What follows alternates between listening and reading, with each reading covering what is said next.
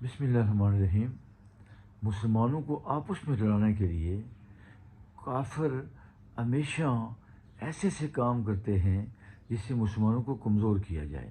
جب آقا علیہ السلام نے مدینہ کے اندر اوس اور خزرج کو ایک درمیان صلح کرا کر اور منافقوں سے اور یہودیوں سے معاہدے کر کے، مختلف قبیلوں سے معاہدے کر کے ایک جامع امن قائم کر دیا، تو دوسرا وار اہل مکہ نے یہ چلا۔ ابو جہل نے مشورہ کیا، اس نے عبداللہ بن ابی کو خط لکھا کہ اگر تم نے مسلمانوں کو مدینے سے نہ نکالا تو ہم تمہارے مردوں کو قتل کر دیں گے اور تمہیں نیست و نابود کر دیں گے۔ اس نے یہ خط منافقین کو دکھایا کہ مکہ سے یہ خط آیا ہے، اب ہم کیا کریں۔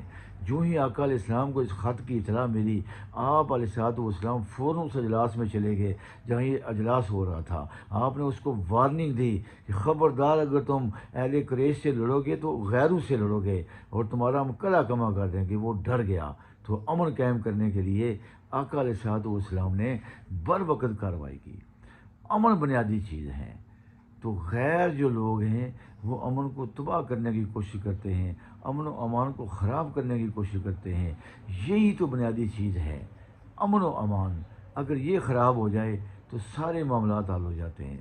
آج مودی سرکار جو ہے انڈیا، وہ یہی چاہتا ہے کہ مسلمانوں کے اندر یہ چیز پیدا کی جائے، ابو جہل کا کام کیا جائے جو اس نے کیا تھا۔ یہ اس کے راستے پہ مودی چل رہا ہے۔ پاکستان کے اندر جو کچھ بھی ہو رہا ہے، جو کچھ بھی ہو رہا ہے، یہ وہی کروا رہے ہیں تاکہ مسلمانوں کو کمزور کیا جائے۔ یہ اتنی طاقت بن گئے، جہاز یہ اپنے بنا رہے ہیں، ٹینک یہ اپنے بنا رہے ہیں، ان کی فوج اتنی مضبوط ہو گئی ہے، ہمیں انہیں ناکو چنے چبا دیے ہیں۔ تو وہ اس طرح کی کوششیں کریں گے، ہمارے امن و امان کو تباہ کرنے کی کوشش کریں گے۔ تو ہم خدا کے لیے، ہم حضور کا کلمہ پڑھنے والے ہیں، حضور کی سیرت کو ہم دیکھیں۔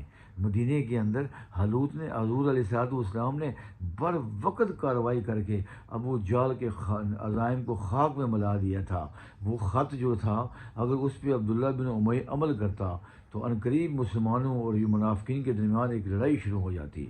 آپ نے اس کا فوراً سد باب کیا تاکہ جو امن قائم ہوا مدینہ کے اندر، وہ جو اوس اور خزرج کے قبیلے آپس میں لڑا کرتے تھے، آقا علیہ الصلوۃ والسلام کی فہم و فراست دیکھو۔ مدینہ کے امن کو قائم کرنے کے لیے آپ نے دونوں قبیلوں کے درمیان صلح کرا دی، اور جو ہمیشہ لڑتے تھے وہ آپس میں بھائی بھائی بن گئے۔ ابو جہل نے دوسری چال چلی کہ کسی طرح اوس اور خزرج کو دوبارہ لڑا دیا جائے، ان قبیلوں کو آپس میں لڑا دیا جائے۔ اس طرح کیا ہوگا، یہ خود بخود مسلمانوں کو مدینہ میں ختم کر دیں گے۔ یہی پلاننگ ہو رہی ہے ہمارے ملک کے اندر۔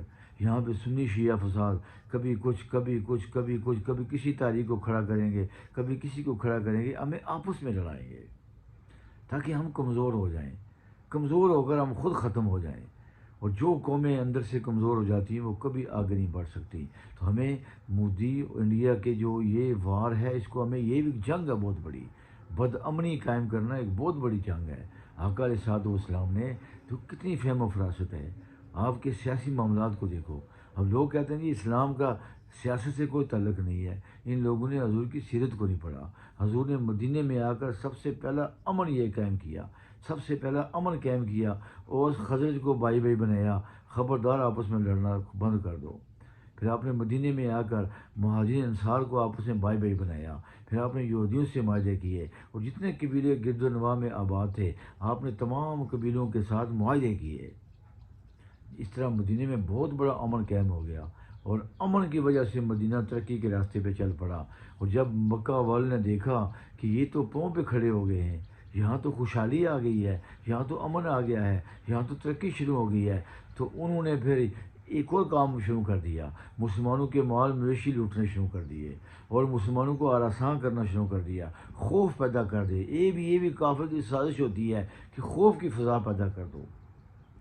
تو خوف کی فضا پیدا اس طرح کی انہوں نے کچھ لوگ تیار کیے جن کے ذریعے مدینہ میں یہ خبر پھیل گئی کہ عنقریب مکہ والے ایک بہت بڑا لشکر لے کے آ رہے ہیں، اور مسلمانوں کو مدینہ سے نکال دیں گے، اور ان کو تہہ کر دیں گے، ان کو نیست و نابود کر دیں گے۔ یہ خوف و ہراس پیدا کر دیا، اور اس خوف و ہراس کو عملی جامہ بنانے کے لیے پھر انہوں نے اقدامات شروع کر دیے، تیاریاں شروع کر دی جنگ کے لیے۔